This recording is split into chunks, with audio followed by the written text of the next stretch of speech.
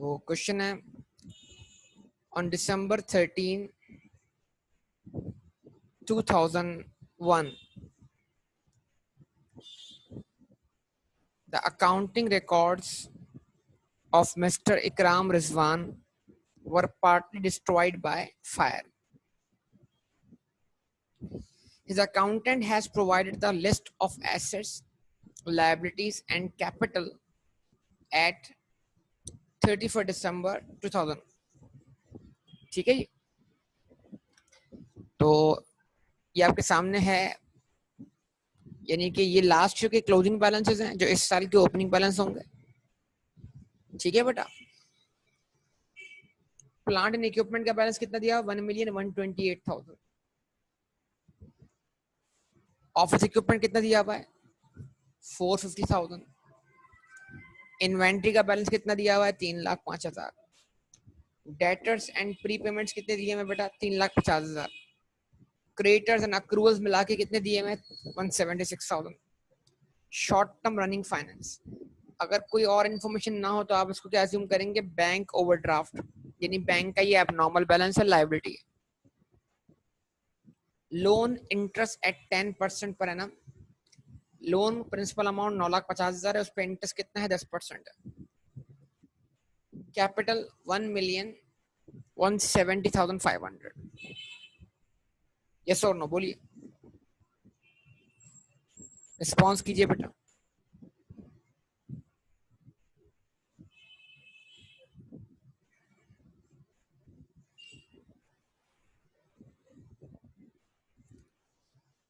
A summary of his receipts and payments during the year 2001 can be extracted from the bank statement as follows. यानी इस साल जो transaction perform हुई है उनका रिकॉर्ड बैंक स्टेटमेंट से निकलवा लिया। इस साल कैपिटल ऐड हुआ कितने से? 2,20,000 से। मतलब ये जो कैपिटल का वैल्यू है इसमें मजीद इजाफा हो गया।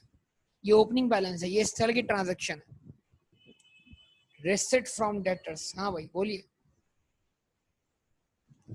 तो डेटर का ओपनिंग बैलेंस है, यस है। रेसिट फ्रॉम डेटर्स हैं, यस है। अगर बेटा क्या मिल गया? डेटर का क्लोजिंग बैलेंस, तो बताओ सेल कहां से मिल जाएगी? सेल कहां से मिल जाएगी? बोलो भाई। डेटर के अकाउंट से। मतलब अप्रोच नंबर 1 काम करती हुई दिखाई देगी, यस और नो? क्या कहते हो?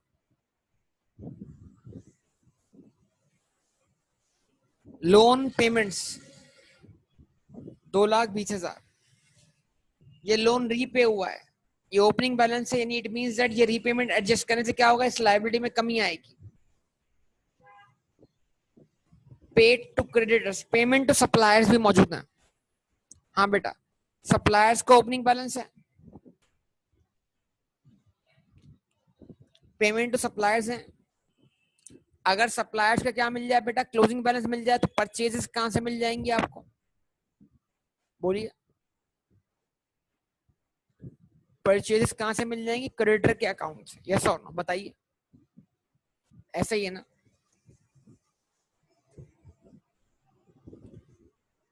तो क्वेश्चन रीड करते हुए आपका माइंड बनना चाहिए। रेंट कितना पे किया? 2,20,000। वेजेस 9 लाख रुपए। जनरल एक्सपेंसेस पेड 1,25,000 रुपए। अब देखते हैं क्लोजिंग बैलेंस मिलते हैं कि नहीं मिलते। ठीक है, नाउ लिखा हुआ क्या आ रहा है? एट December 31, 2000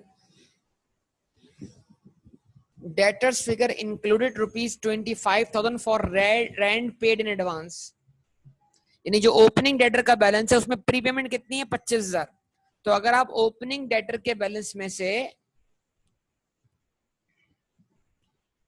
3,50,000 में से 25,000 प्रीपेड रेंट अलग कर दो तो आपको डेटर का प्योर ओपनिंग बैलेंस मिल जाएगा 3,25,000। यस और नो? क्या ख्याल है भाई? बताइए सब लोग। पार्टिसिपेट करना पड़ेगा भाई, जागते हुए पार्टिसिपेट करना पड़ेगा। अब ये क्वेश्चन बाजार दिखने में बड़ा तवील लग रहा है, लेकिन कुछ भी नहीं है, यकीन मानिए। एक दफा सही से पढ़ लें ये क्वेश्चन कुछ भी नहीं है। सिंगल एंट्री में क्वेश्चन पढ़ने की हिम्मत चाहिए, लिंक्स बनाने पड़ेंगे आपको।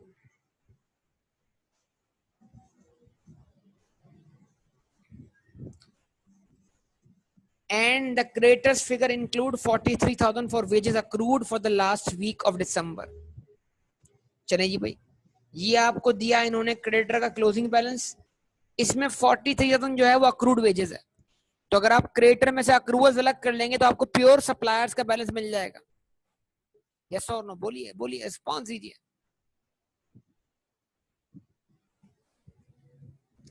आगे बढ़ते हैं।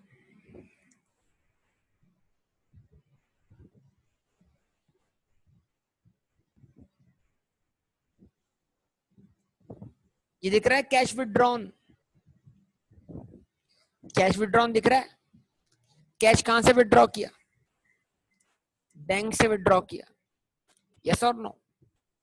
इसकी एंट्री क्या है? बैंक अकाउंट तो क्रेडिट हुआ है, तो कैश अकाउंट क्या होगा? डेबिट हुआ होगा। यस और नो बताइए।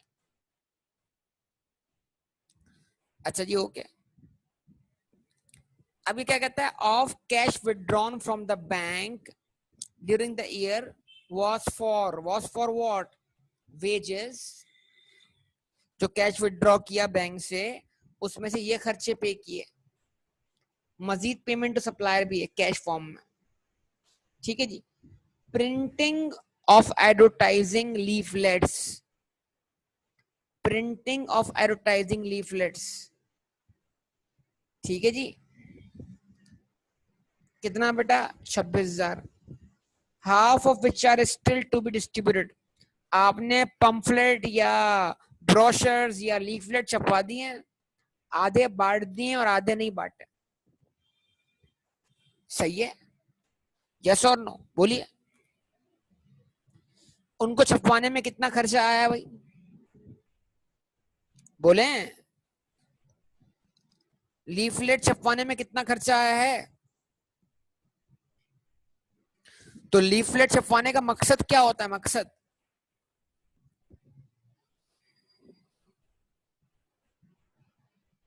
एडवर्टाइजिंग। जबरदस्त। तो ये एडवर्टाइजमेंट एक्सपेंस हुआ एक तरीके से। Half of which are still to be distributed, reminder taken by mister Ekram for personal use. Yes, ये क्या है? Reminder taken by mister Ekram for personal use. Yes. किस चीज की ड्राइंग्स है? ड्राइंग किस चीज में हुई है? कैश में हुई है या किसी और चीज में हुई है? क्या ड्राइंग किया उसने?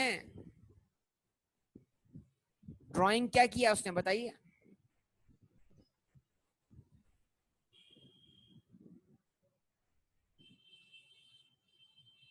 क्या ड्राइंग किया? लीफलेट ड्रॉ किए। क्या करेगा लीफलेट घर ले जाके? बच्चे हवाई जहाज बना के खेलेंगे उससे, कश्तियां बनाएंगे बेटा उससे। अरे भाई लीफलेट तो आधे बचे हुए हैं बांटने के लिए यार। लीफलेट घर ले जाके क्या करेगा अल्लाह के बंदो?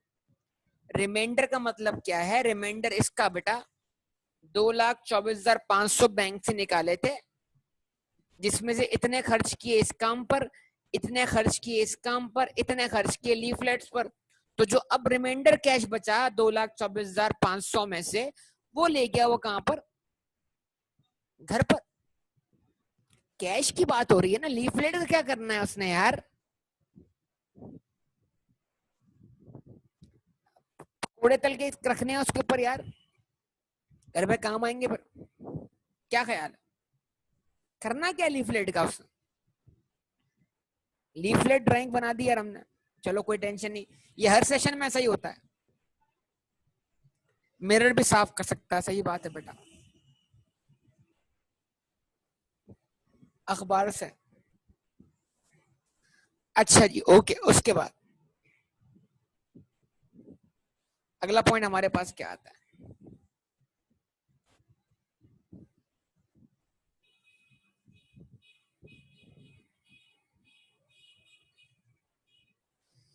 यहां तक तो कोई मसला नहीं ना बेटा? बोले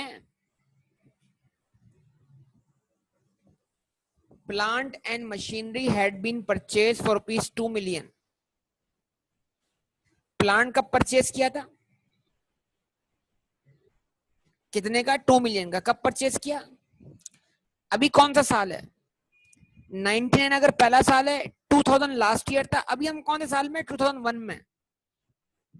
तो 2001 इस मशीन का कौन सा साल है? तीसरा साल है. तो अगर हम इस साल इसके ऊपर डेप्शन चार्ज करेंगे तो कौन से साल की चार्ज करेंगे? तीसरे साल की चार्ज करेंगे. यस और नो? जवाब दो.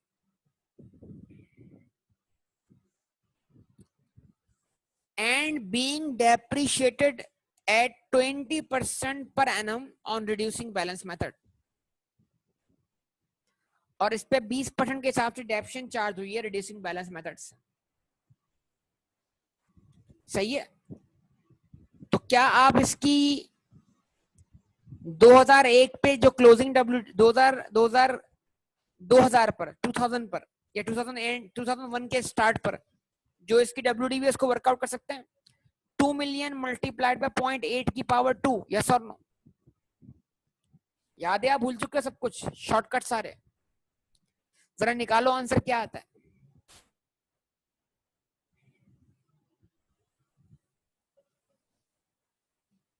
1 million 1 million 1 million to 80,000. Yes और नो? बताओ. अच्छा अब देखो कमाल, देखो इसके अंदर क्या हुआ हुआ.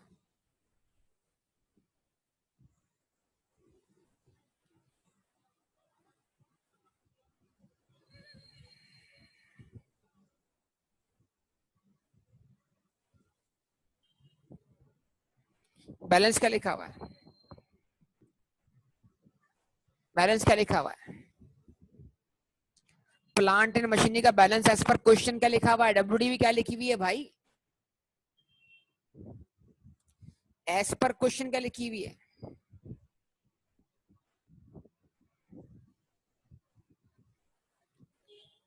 और क्या होनी चाहिए?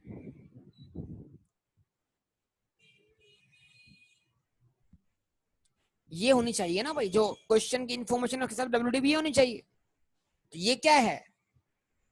ये आई कैप की तरफ से प्रिंटिंग मिस्टेक हो सकती है. कभी कभी ऐसा हो जाता है. चलो इसको एक और तरीके से वेरीफाई करते हैं. एक काम करो, इसका और इसका डिफरेंस निकालो कितना बनता है. 1 मिलियन 128 का और 1 मिलियन 280 का डिफरेंस बताओ कितना बनता है.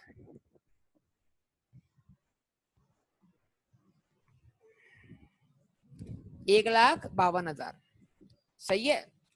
अब एक काम करते हैं, इससे बनाते हैं ओपनिंग बैलेंस शीट. ओपनिंग सुनना, इससे क्या बनाते हैं? Opening balance sheet. कैलकुलेटर उठा लो. कैलकुलेटर उठाओ जल्दी से, शाबाश. टाइप करो इसको. 1001 इतना टाइप करना, 3 जीरो कॉमन ले लो. 1128 लिखा? लिखा बेटा? Plus 450 plus 305 plus 350. ये तमाम एसेट्स आ गए इसके अंदर. सम करो इन तमाम एसेट्स का.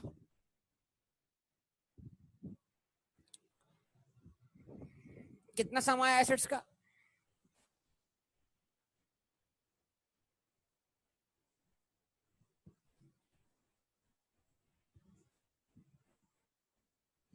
Total assets 2,233,000. अब एक काम करो, इक्विटीज और लायबिलिटी का सम करो. 176 टाइप किया. 176 टाइप किया. 88.5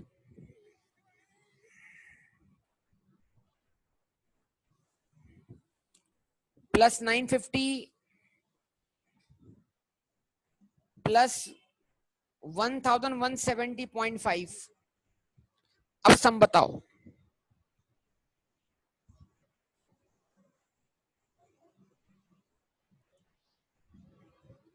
ठीक है जी. टोटल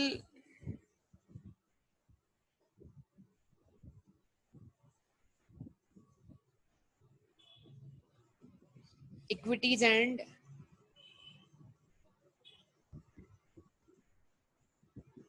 लाइबिलिटीज कितनी है? 2000 कितनी है भाई? 2385 है या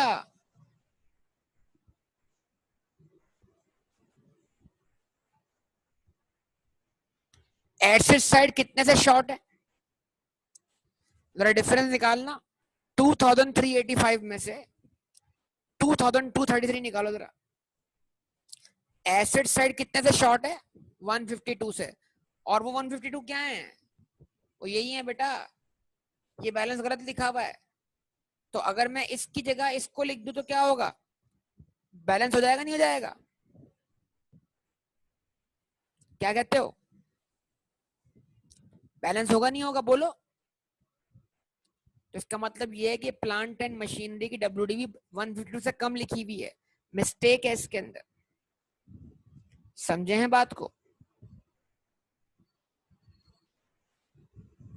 या नहीं समझे? समझ गए।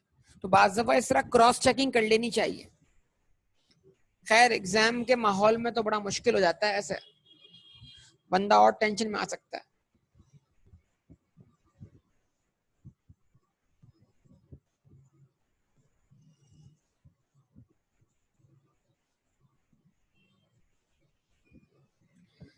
ठीक है बेटा, अब आपको पता लग गया सही बैलेंसेस क्या हैं, उम्मीद करता हूं। चलें, ओके। तो ये पॉइंट हमारे काम आ गया। अब इस साल क्या करेंगे आप?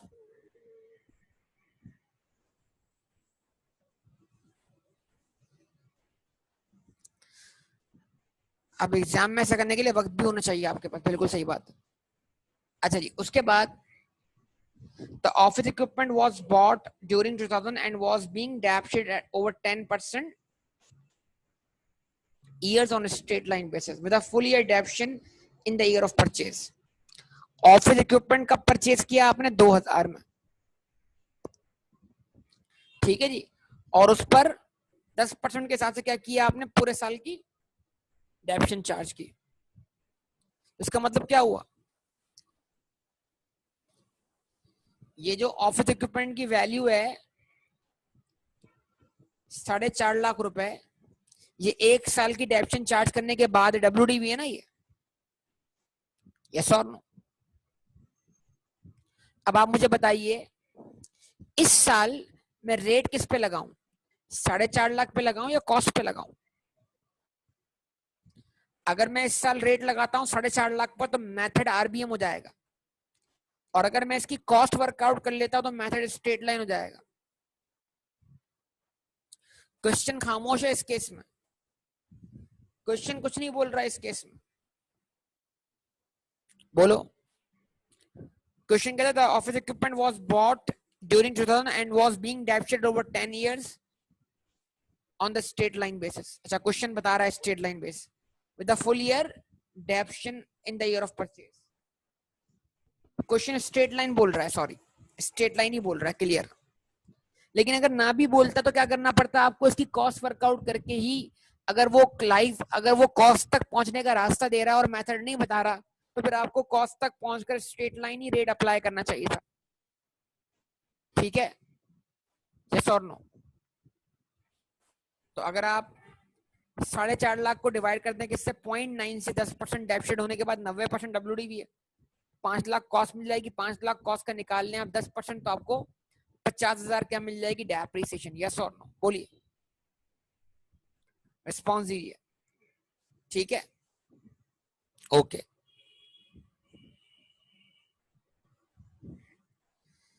During 2001, Mr. Ikram transferred a private motor vehicle worth rupees 50,000 to his business. Additional capital एक और आ गया। एंट्री क्या बनी? Vehicle account debit, capital account credit. Yes और नो? बोलिए।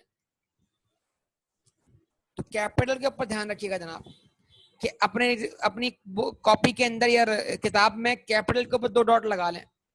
Mister Ikram sorry, it is to be depreciated over 4 years on a straight line basis with a full year's depreciation in the year of acquisition. तो 50,000 को divide by 4 कर दें तो आपको 12,500 रुपए की क्या मिल जाएगी पर ईयर डेप्रिसिएशन. बताइए.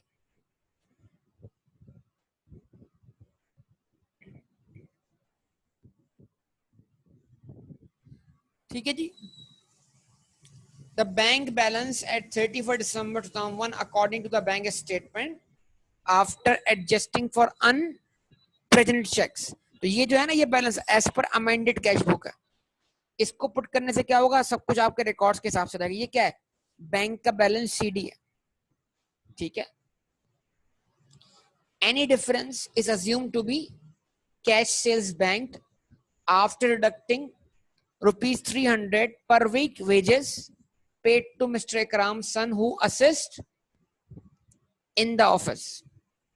अब इसका मतलब क्या है कि बैंक अकाउंट की डेबिट साइड पर आपको मिलेगा बैलेंस किसका, कैश सेल्स का, कैश सेल की कलेक्शन का, जो कि इकराम के बेटे के वेजेस पे करने के बाद जो है वो बैंक में ट्रांसफर किया गया. तो जो बैलेंस बैंक अकाउंट से मिल रहा है उसको आप पिक करें, उसमें 300 रुपए पर हफ्ते के हिसाब से वेजेस का करवा दें, एड बैक करवा दें, 300 को मल्टीप्लाई कर दें किससे, 52 से, तो पूरे साल के वेजेस मिल जाएंगे. ठीक है. और ये वेजेस क्या है, सैलरी एक्सपेंस है. बेटा एम्प्लॉय हो सकता है ना बिजनेस का या नहीं, तो बोलिए. बेटा बिजनेस में एम्प्लॉय हो सकता है कि नहीं हो सकता, हो सकता है बिल्कुल. अच्छा जी. उसके बाद the loan repayment from the bank account include interest of ₹95,000. कितने पॉइंट्स आ रहे हैं देखिए, अब आप जमा होते जा रहे हैं पॉइंट्स. ये जो आपने लोन पेमेंट की है 2,20,000 की, इसमें 95,000 इंटरेस्ट है. तो अगर आप 2,20 में से 95,000 को अलग करते तो कितना बचता है आपके पास,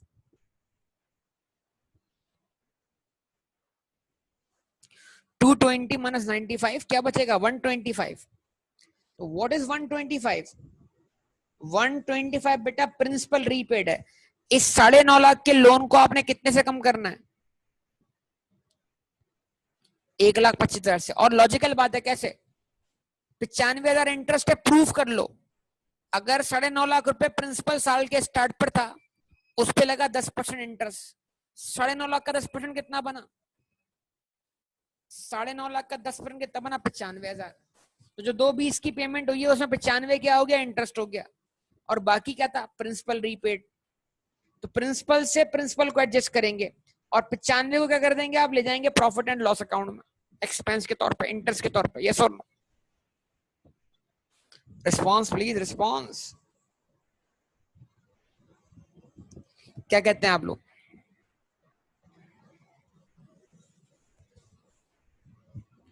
अब क्राइटेरिया पूरा होने का वक्त आ रहा है. क्या देखिएगा, इन्वेंट्री का क्लोजिंग बैलेंस है, अगर परचेज मिल जाए तो कॉस्ट ऑफ सेल मिल जाएगी. प्रीपेड रेंट का क्या है, क्लोजिंग बैलेंस है. अक्रूड वेजेस का क्लोजिंग बैलेंस है. क्रिएटर का क्लोजिंग बैलेंस है. डेटर्स का क्लोजिंग बैलेंस है. आइए जरा ब्रेनस्टॉर्मिंग कर लीजिए. डेटर का ओपनिंग बैलेंस है, यस है, उसमें 25,000 प्री पेमेंट थी रेंट की, उसको अलग कर दो. रिसिट फ्रॉम डेटर्स हैं, यस हैं. डेटर का क्लोजिंग बैलेंस है, यस है. तो क्रेडिट सेल्स कहां से मिल जानी है भाई, बोलो. क्रेडिट सेल्स कहां से मिल जानी है, डेटर के अकाउंट से. और क्वेश्चन कहता है कैश सेल भी है. कैश सेल फिर कहां से मिलेगी, कैश के अकाउंट से ऑब्वियसली. यस और नो? तो क्रेडिट सेल आई डेटर के अकाउंट से, कैश सेल आई कैश के अकाउंट से, टोटल सेल हो गई. अच्छा, क्रेडिटर का ओपनिंग बैलेंस है, क्रेडिटर का ओपनिंग बैलेंस है, यस है. क्लोजिंग बैलेंस है, यस है. पेमेंट टू सप्लायर है, यस है. परचेजेस कहां से आ गई, परचेज कहां से मिल गई. और पेमेंट टू सप्लायर बैंक से भी और कैश से भी, दो जगह से, अगर क्वेश्चन दिमाग में हो तो. परचेज कहां से आ गई, क्रेडिटर के अकाउंट से.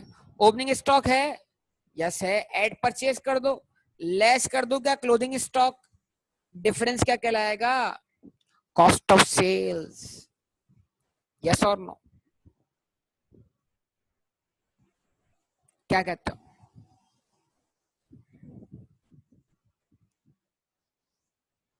ग्रॉस प्रॉफिट आ गया. अब क्या करना है, एक्सपेंसेस लेस करने हैं, और मेजोरिटी एक्सपेंसेस तो सारे कहां से मिल जाने भाई, ये रहे आपके सामने, ये एक्सपेंसेस हैं आपके सामने।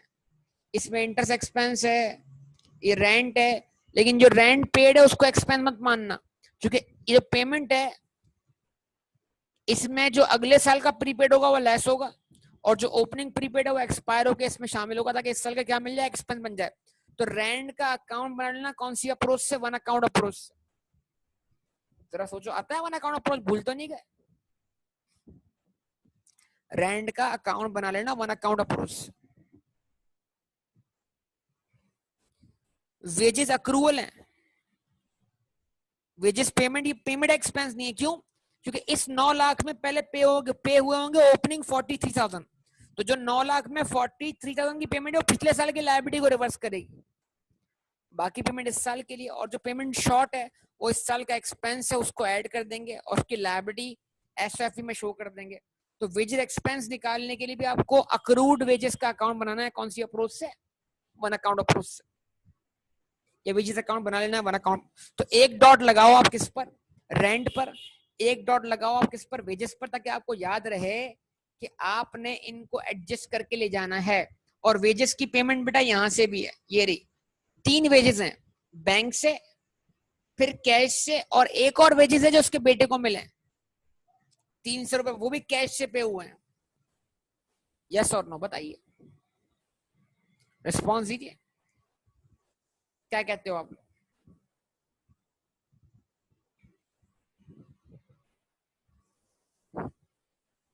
कुछ बात समझ में आती है?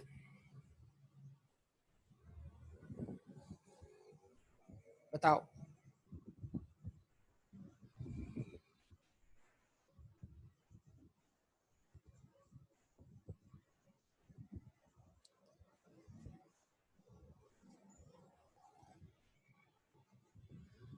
अब उसके बाद ये आखिरी है कि बेड डेट का इम्पैक्ट भी लेना है, डेटर का जो, देखें, अगर डेटर का क्लोजिंग बैलेंस बताने के बाद वो बेड डेट बता रहा है, ठीक है, तो फिर आप उसे कंसीडर कर लो, मतलब इसी में वो मौजूद है। It is subsequently discovered that the debtor owing 160,000 has gone into liquidation and recovery of only 20% expected. तो 80% इसका निकाल लो जरा आप, 1,60,000 का, 1,60 का 80%,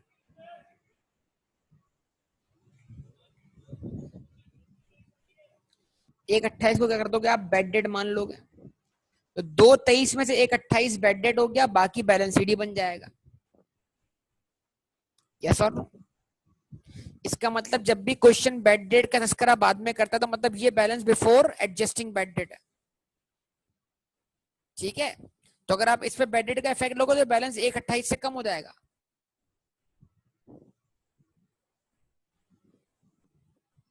रिक्वायरमेंट क्या है, वही है, prepare trading profit loss account, prepare balance sheet, ये पूरा क्वेश्चन पढ़ लिया बेटा हमने। अब क्या करें बताइए?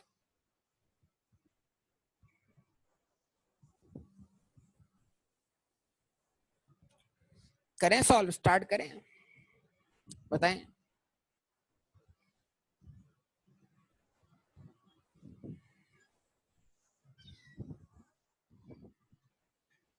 चलें जी।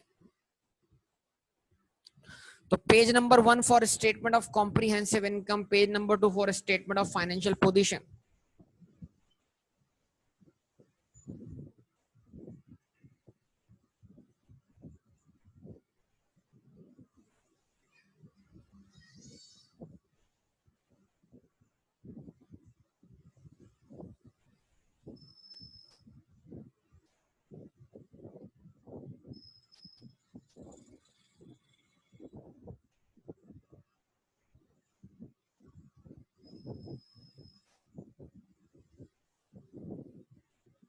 For the year ended 31 December 2001, आप लें सब कुछ रुपीज इन थाउजेंड, ताकि टाइम सेव हो जाए।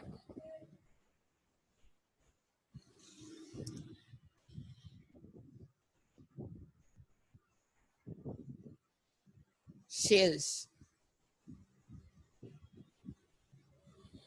आप बोले वर्किंग नंबर 1, पेज नंबर 3 पे आप लोग वर्किंग कर रहे होंगे, पेज नंबर 3 पर।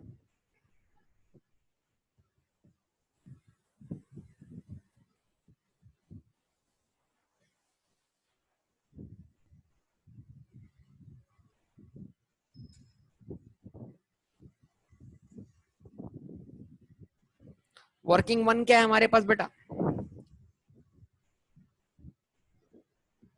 सेल्स है, और सेल में हमारे पास क्या है? सबसे पहले एक जो हमें वर्कआउट करनी है, क्रेडिट सेल्स,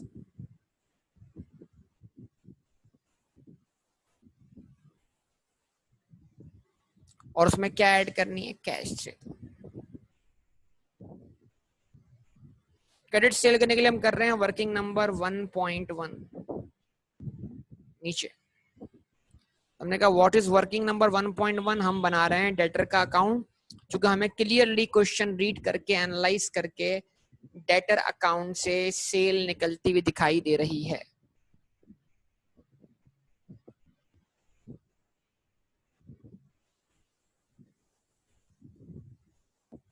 हाँ जी, डेटर का बैलेंस BD 350 दिया हुआ था, 25 उसमें क्या है?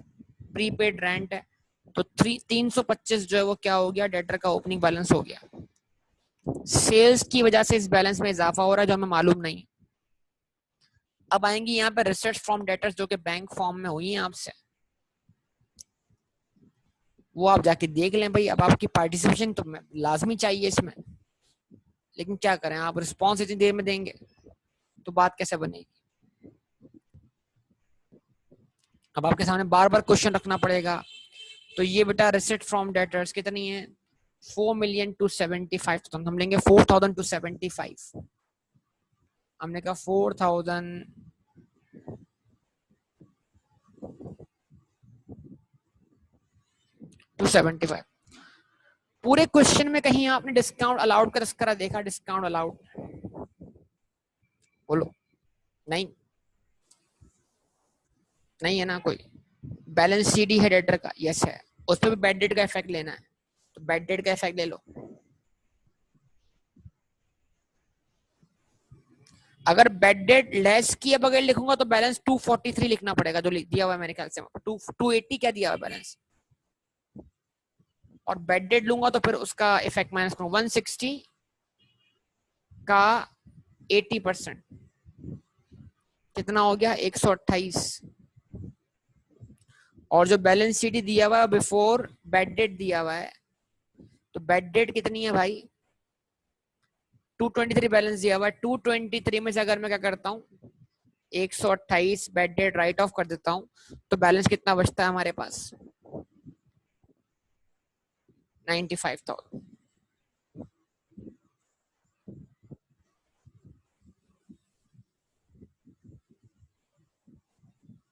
अब क्या कर लो बेटा आप?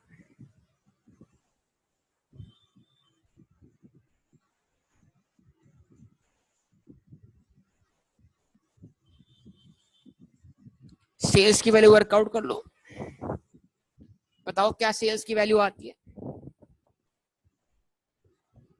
4,173।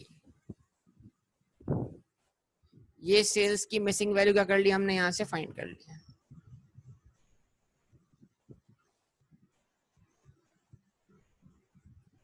ठीक है जी, जवाब दें, रिस्पॉन्स दें बेटा।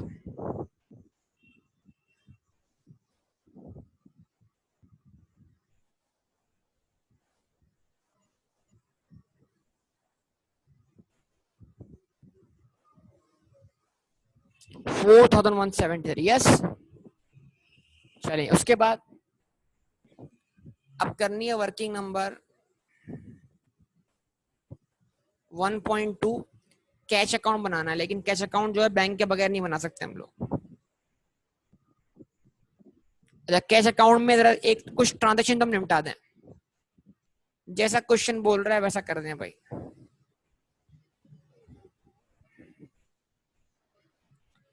बताइए बैंक से कैश में कितना बैलेंस ट्रांसफर हुआ? क्वेश्चन बता रहा है ना, बैंक से कैश में कितना बैलेंस ट्रांसफर हुआ?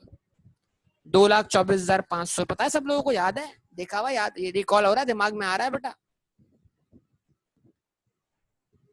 बैंक में लिखा हुआ कैश विड्रॉन, बैंक से निकाले तो कहां गए? कैश इन हैंड में चलेगा ना।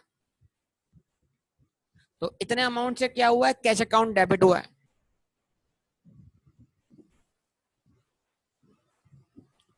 224.5 से।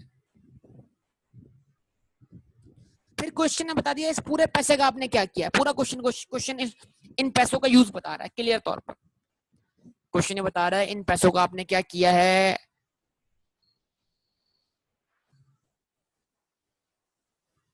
पॉइंट नंबर 2 में, ऑफ द कैश विड्रॉन, इतने से क्या पे किए? वेजेस, यस और नो? इतनी पेमेंट की सप्लायर्स को, बोलो बेटा।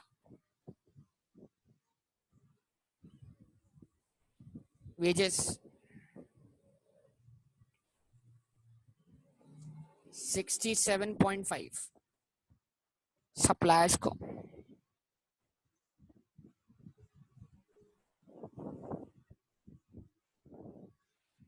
42, एडवर्टाइजमेंट 26, करेक्ट, जबरदस्त।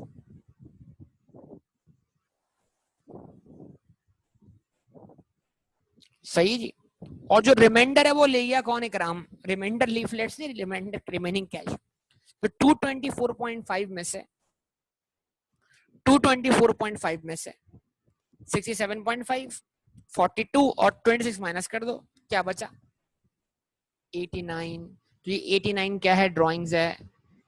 सर हम तो ये अकाउंट बना रहे थे कैश के लिए, ओ सेल्स के लिए। मैंने कहा कोई मसला नहीं है, वो भी निकालते हैं, सेल भी निकल जाएगी बेटा, अभी फिक्र ना करें आप लोग। लेकिन प्रॉब्लम ये है कि इस अकाउंट के बारे में दो तरीकों से डिस्क्रिप्शन बताई गई है ना, कि वो पैसा जो बैंक से कैश में आया है उससे आपने क्या की? ये पेमेंट्स की। तो जैसा क्वेश्चन बता रहा है पहले उस बात को तो पूरा कर लें, जान छुड़ा लें उस बात से आप पहले।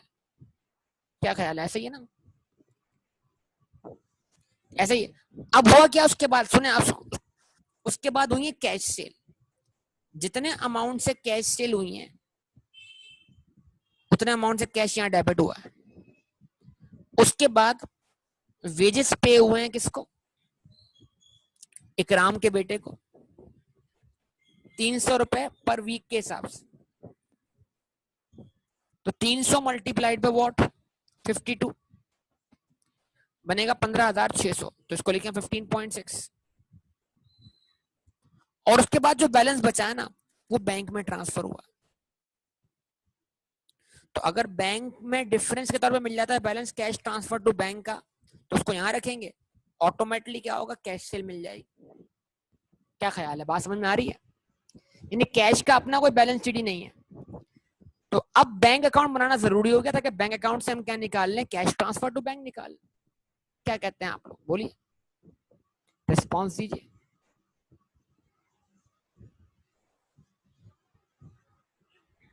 क्या कहेंगे आप लोग? ऐसा ही है। तो आइए अब हम क्या करते हैं, अगली वर्किंग कर लेते हैं और बना लेते हैं क्या? Bank account.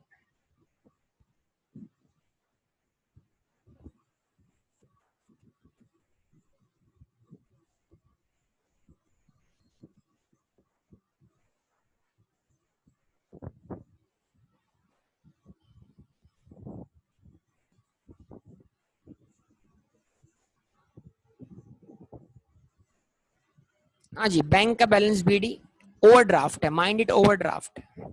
रनिंग फाइनेंस है, रनिंग फाइनेंस। ठीक है।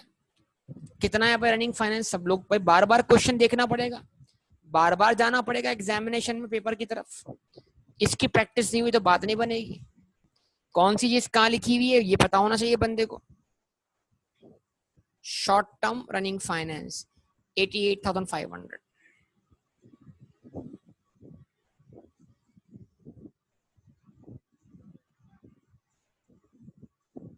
ठीक है जी। उसके बाद बैंक में होने वाली ट्रांजैक्शंस को आप देख लीजिए, ये तो पूरी तफसील आपके सामने है यहाँ पर, ये रही तफसील आपके सामने। डेबिट साइड पे क्या हुआ, कैपिटल इंजेक्ट हुआ है, ये रहा 2,20,000 रुपए, रिसीट फ्रॉम डेटर आ गई, तो इफेक्ट लें आप यहाँ पर, इफेक्ट लें एडिशनल कैपिटल, तो बैंक डेबिट 220 से, कैपिटल अकाउंट क्रेडिट 220 से, जवाब दें। बैंक डेबिट 4,275 से बैंक यहाँ डेबिट और डेटर का अकाउंट यहाँ क्रेडिट हो गया, तो डेटर का रेफरेंस दिया आपने और आपने कहा बैंक डेबिट 4,275 से और डेटर का अकाउंट क्रेडिट। अब एक और चीज है, वो क्या है, कैश ट्रांसफर टू बैंक, इससे कैश अकाउंट क्या हुआ है, क्रेडिट हुआ है, बैंक अकाउंट क्या हुआ होगा, डेबिट हुआ होगा, लेकिन उसकी वैल्यू में मालूम नहीं है। हम कहते कोई मसला नहीं, देखते हैं आगे क्या रिजल्ट निकलता है। अच्छा जी, अब आ जाए जरा इस अकाउंट से पेमेंट्स देख लें, कौन कौन सी हुई है पेमेंट्स। इस अकाउंट से क्या हुआ है, कैश विड्रॉ हुआ है, बिल्कुल, इसकी एंट्री बैंक क्रेडिट है, कैश अकाउंट डेबिट हो चुका है।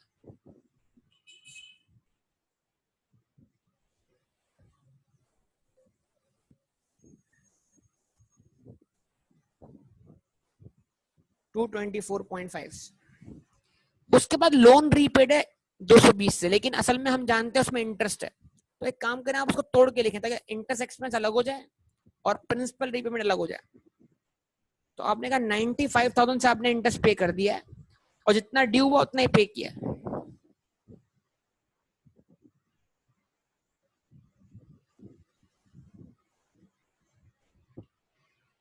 और बाकी जो 125 है वो क्या है, वो पेमेंट टुवर्ड्स प्रिंसिपल है। तो ये 220 को मैंने क्या कर दिया, दो हिस्सों में तोड़ के दिखा दिया, यस और नो बोलिए, रिस्पॉन्स दीजिए। ये सम 220 के बराबर है ताकि एक्सपेंस जाए प्रॉफिट एंड लॉस अकाउंट में।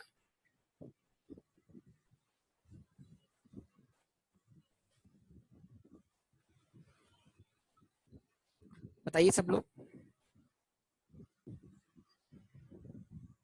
अच्छा, ये उसके बाद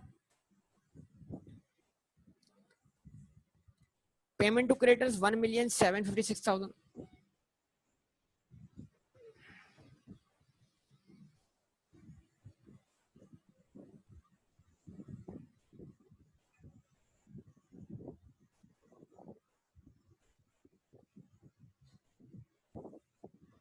उसके बाद रेंट पे किया कितना बेटा, 220। उसके बाद वेजेस पे किया 900 और जनरल एक्सपेंस 125 के।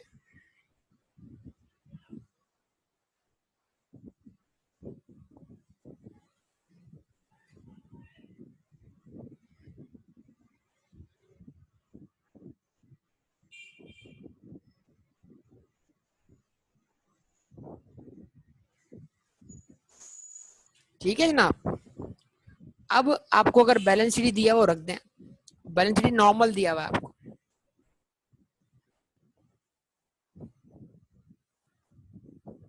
कितना 1,067। तब आप डेबिट साइड पे निकाल लें डिफरेंस कि कितना कैश ट्रांसफर टू बैंक है।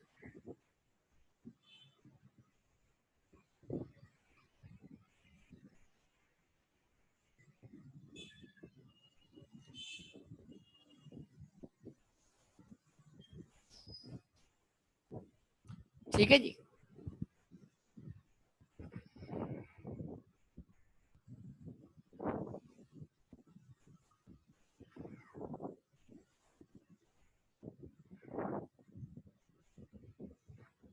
बताइए डिफरेंस क्या आता है, सब लोग बताइए डिफरेंस क्या आता है। 106,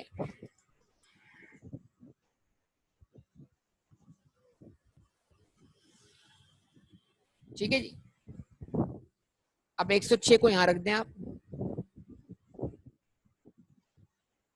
यानी bank account cash account credit हुआ, बैंक अकाउंट डेबिट हुआ 106 से।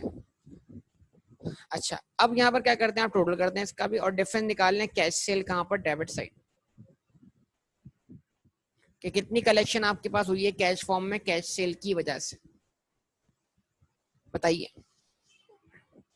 और बड़ा वैसे कैश सेल निकालना बड़ा आसान है इस केस में, आपको सारी कैलकुलेशन नहीं करनी, क्योंकि 224 का हिसाब तो यहाँ तक पूरा हो गया ना भाई। ये 224 आए और ये 224 खर्च हो गए, तो इसका मतलब क्या हुआ, इन दो वैल्यूज का सम ही कैश सेल के बराबर होगा। अब आपकी मर्जी, आप पूरी कैलकुलेशन करें, आप सिर्फ इतने हिस्से को कैलकुलेट कर लें, क्योंकि 224 से ये 224 कैंसिल होगा। इन द एंड मतलब जो कैश ट्रांसफर हुआ है वो वेजेस पे करने के बाद हुआ है, इन दोनों का सम, और ये पेमेंट करने के लिए पैसा कहां से आया, इन वो कैश सेल से आया, तो इन दोनों का सम ही कैश सेल के बराबर हो गया। कितना, 120 1.6, ये कैश सेल आ गई। जैसे कैश सेल आ गई आप रख दें इसको यहाँ पर 120 1.6,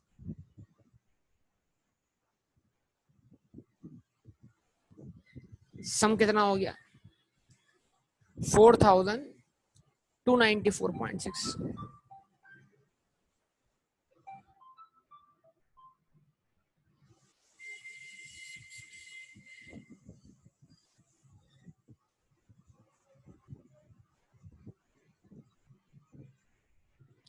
समझे बेटा बात को, जवाब दे।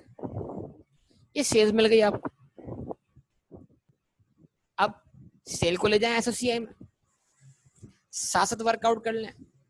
अगर आप बोलते मैं रख देता हूँ, प्लेस करता हूँ वहां पे सेल्स को, तो वर्किंग नंबर 1 के साथ से क्या आंसर आया, 4294.6।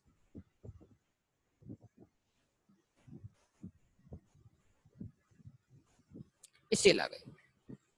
अब लेस क्या करना है आपने बेटा, लेस करना है आपने कॉस्ट ऑफ सेल्स।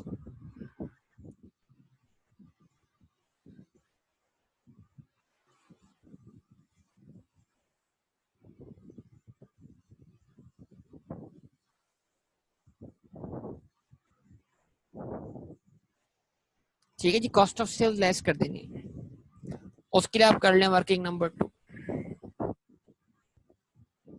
और उसके लिए बनाना पड़ेगा आपको inventory account.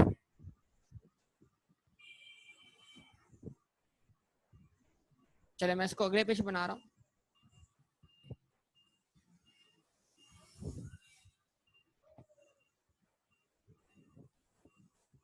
Working number 2 for what, cost of sales, और कॉस्ट ऑफ सेल परफॉर्म करने के लिए हम अकाउंट बना रहे हैं। Working number 2.1 inventory,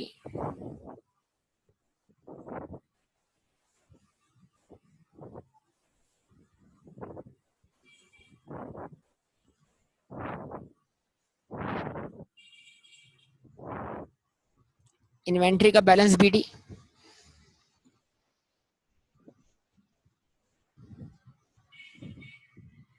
cost of sales, creditor account का इफेक्ट जो परचेजेस हैं जिससे इन्वेंट्री अकाउंट डेबिट हो रहा है, और इन्वेंट्री का बैलेंस सीडी।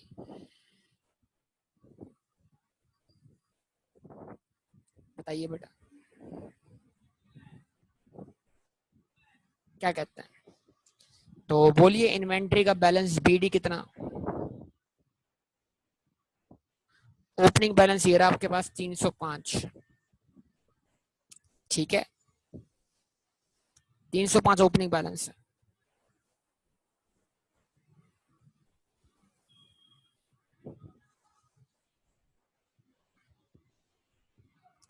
287.5 क्या है क्लोजिंग बैलेंस, यस और नो बताइए, रिस्पांस दीजिए बेटा, रिस्पांस दीजिए, रिस्पांस। 305 287.5। अब अगर परचेज मिल जाती है तो कॉस्ट ऑफ सेल मिल जाएगी, और कॉस्ट ऑफ सेल मिल जाती है तो परचेज मिल जाएगी। लेकिन हमें क्लियर तौर पर परचेज कहां से निकलती हुई दिखाई दे रही है, क्रेडिटर के अकाउंट से, तो हम परचेज वहां से निकाल के यहाँ पुट कर देंगे, तो हमें कॉस्ट ऑफ सेल्स की वैल्यू मिल जाएगी। और वर्किंग नंबर 2.2 कर देंगे हम इसको,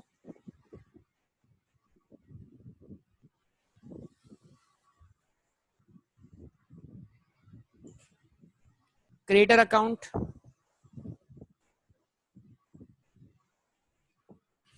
क्रेडिटर का बैलेंस बीडी जिसमें अक्रूवल का ओपनिंग बैलेंस मौजूद है। क्रेडिटर का बैलेंस बीडी जिसमें अक्रूवल का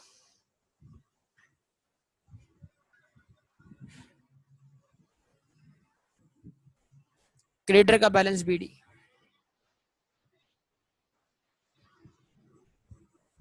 176। लेकिन इसमें से आपको अलग करना है क्या?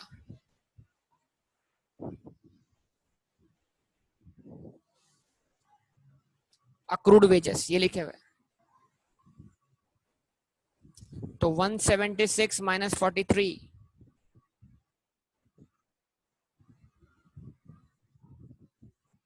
कितना?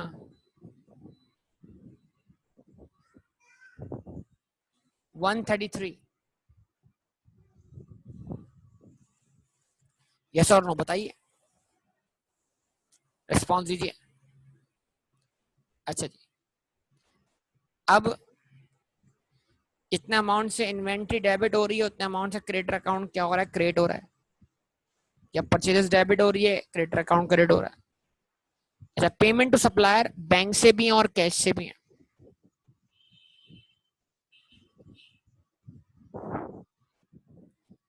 बताइए। अब पिछले पेज पे चलते हैं ना जरा। बैंक से कितनी पेमेंट है? 1756 और कैश से कितनी है? 42। 1756 एंड 42। यस और नो? और आपके पास अब बैलेंस सीडी कितना है क्रेडिटर का? कोई डिस्काउंट सिर्फ तो बताया नहीं गया हमें इसके अंदर। क्या बैलेंस सीडी है बताइए? बैलेंस सीडी कितना है एज पर क्वेश्चन?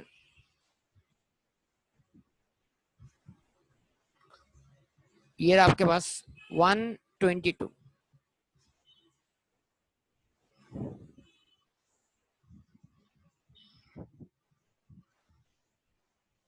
डिफरेंस आपकी परचेजेस आ गई कि आपने इस साल कितनी गुड्स परचेज की है जिससे आपकी लायबिलिटी में इजाफा हो रहा है।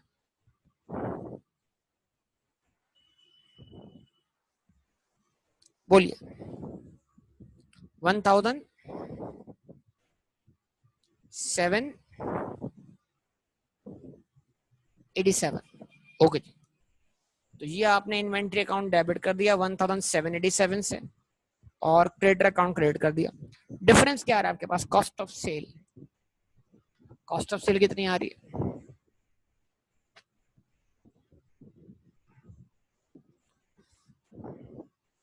1804.5।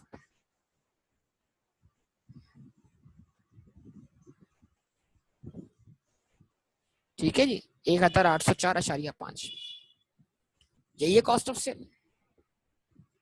रिस्पॉन्स दीजिए बेटा सब लोग।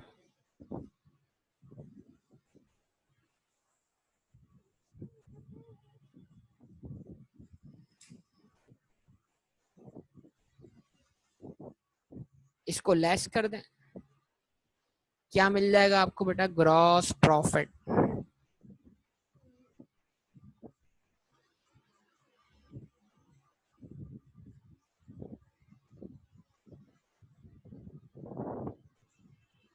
कितने से? 2490.1। अब इसमें से क्या करना है? कोई अदर इनकम तो नहीं है आपके पास?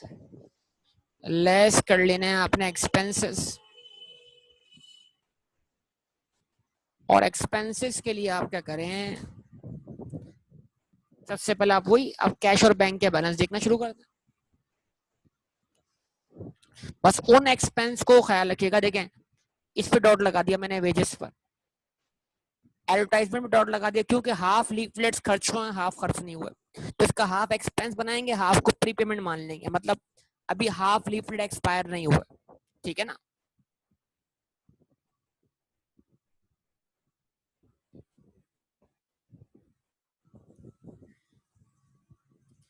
ऐसा ही है भाई। रिस्पॉन्स कीजिए आप सब लोग।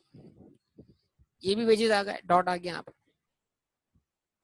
उसके बाद रेंट पे डॉट लगा लो, रेंट पर, फिर वेजेस आ गया।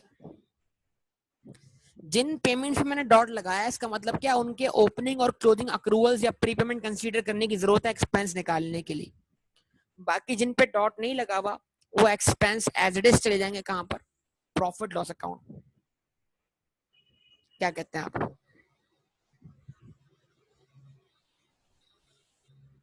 जवाब दें बेटा।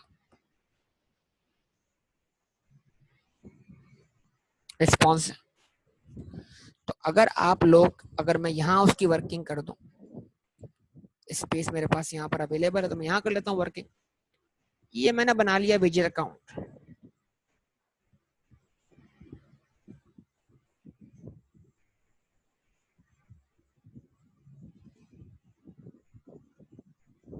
विजिट अक्रूड ओपनिंग कितना था?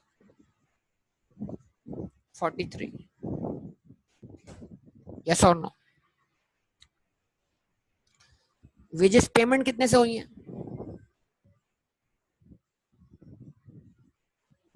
बैंक से वेजेस पे हुआ है कितना? 900। तो कैश या bank credit, wages account debit. Cash से वेजेस कितना पे हुआ है? 200 में पे हुआ है। 67.5, 15.6, इन दोनों का सम कीजिए कुल मिलाकर, एक साथ लिख दें। 67.5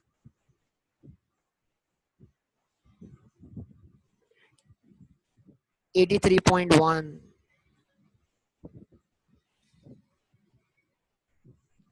और अब बताइए बैलेंस शीट कितना है वेजेस का ईयर एंड पर?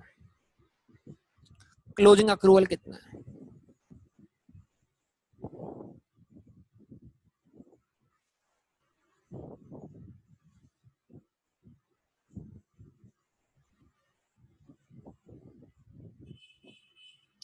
बताइए क्लोजिंग अक्रूवल कितना है?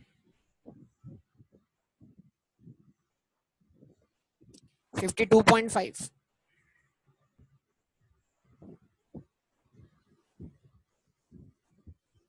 तो इम्पैक्ट निकालें transfer to profit and loss account.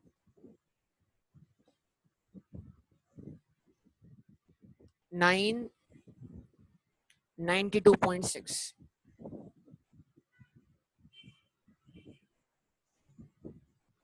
ये आपका वेजेस एक्सपेंस आ गया।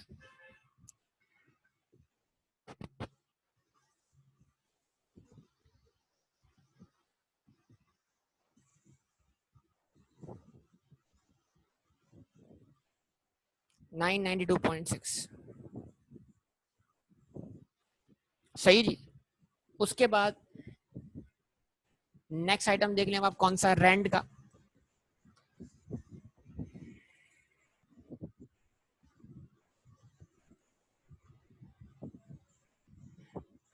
अगर इसको मैं बोलता हूं working number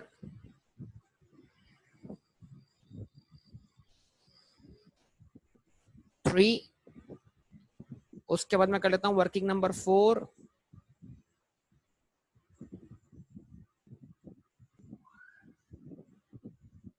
for what?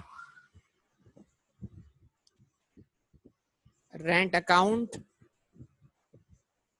Rent account का बैलेंस BD 25। रेंट पेड कितने से जरा देखिएगा सब लोग, rent paid 220। Bank account credit, rent account debit.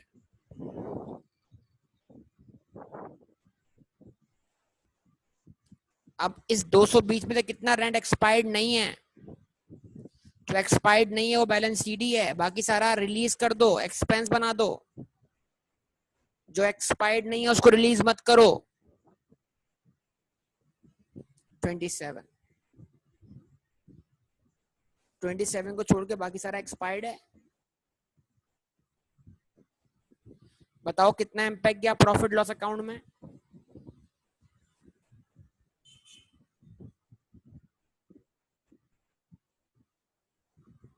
218।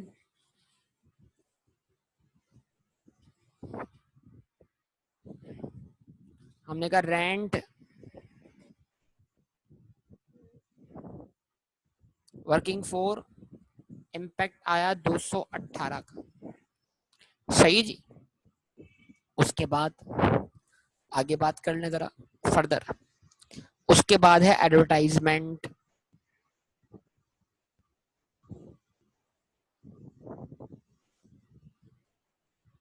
कितने 26 से हुई थी ना एडवर्टाइजमेंट, इसका हाफ डिस्ट्रीब्यूट नहीं हुआ था, तो 1/2 एक्सपेंस मान लेंगे, 1/2 प्री पेमेंट मान लेंगे, तो 13 से एक्सपेंस ले लिया यहाँ पर। बात समझ में आती है बेटा? रिस्पॉन्स दे दे, रिस्पॉन्स जवाब दें। अच्छा, उसके बाद अब ये देख लें, वेजेस निमट गया, एडवर्टाइजमेंट निमट गया, कैश अकाउंट से सब निमट गया। अब आते हैं बैंक अकाउंट पे। इंटरेस्ट एक्सपेंस आ रहा है कितने से? 95 से। इंटरेस्ट एक्सपेंस लिख दें 95 से।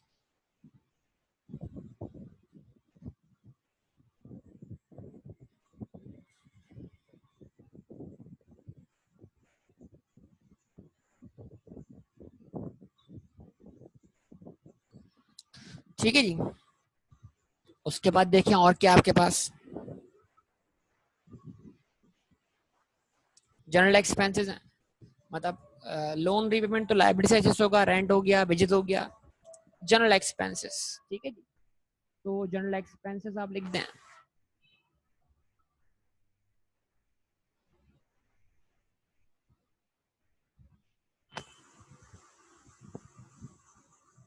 कितने से बेटा? 125 से। अब जब आप कैश और बैंक अकाउंट से सारे एक्सपेंस देख लें, मुकम्मल हो चुके हैं, तब आपको सोचना है कि कोई नॉन कैश एक्सपेंस है कि नहीं, कोई बेड डेट है कि नहीं है, कोई डेप्शन है कि नहीं है। इस बेड डेट है बिल्कुल।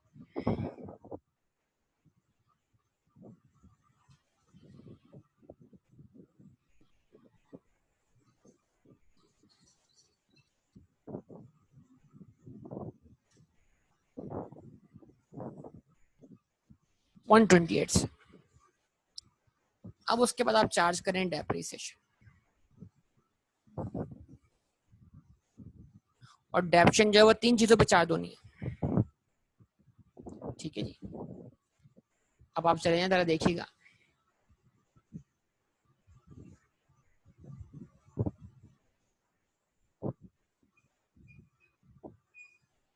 प्लांट इक्विपमेंट तीसरा साल 20% RBM, यस और नो?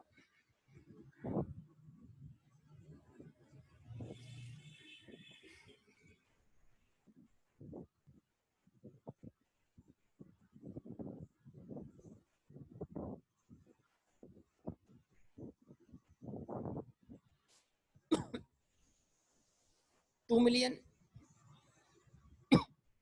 मल्टीप्लाइड बाय 0.8 की पावर 2 मल्टीप्लाई बाय 0.2। बताइए क्या आंसर आता है? इससे मिली ओपनिंग WD, फिर इससे मिला इस साल का डेप्शन, कितना आंसर आ गया?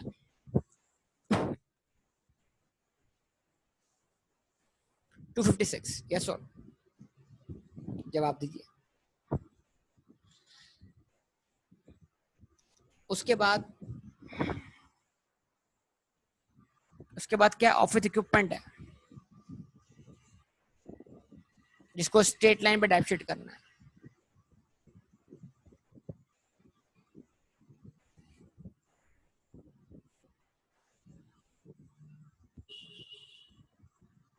WD है 450, तो या तो पहले इसको कॉस्ट पे लाएं, या अगर एक और तरीका है इसको डेप्शिट करने का, इसको डिवाइड कर दें इसकी रिमेनिंग लाइफ से। कैसे? अगर 10% रेट है स्ट्रेट लाइन पर, तो लाइफ कितनी हुई? 10 साल हुई।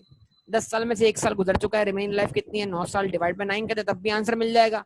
या फिर चाहे तो पहले कॉस्ट पे कन्वर्ट करें, डिवाइड बाय 0.9 करें, मल्टीप्लाई बाय 0.1 करें,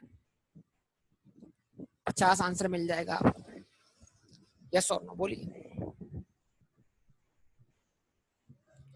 और जो घर से व्हीकल ट्रांसफर किया है, जो जिसका इफेक्ट कैपिटल में भी आएगा, डॉट लगा लीजिएगा कैपिटल के ऊपर, जिसकी मालियत 50 है, उसकी लाइफ कितनी है? 4 साल। तो आंसर आएगा आपके पास 12.5। यस और नो? ये आपके एक्सपेंसेस हो गए,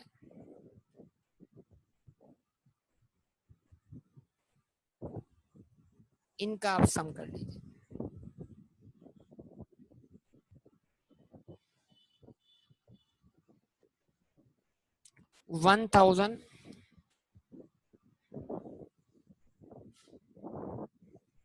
1890.1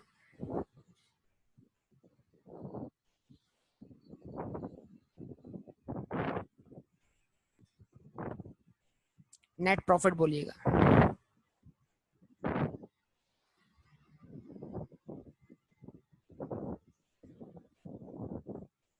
कितना बेटा? 600। अब आप बताइए कि आप इसकी एसएफए बना लेंगे बेटा? बोलिए।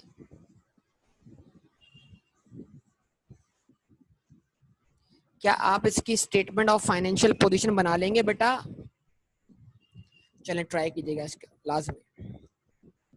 ठीक है, फिर इंशाल्लाह इस पे आपसे फर्दर बात करते हैं। ओके,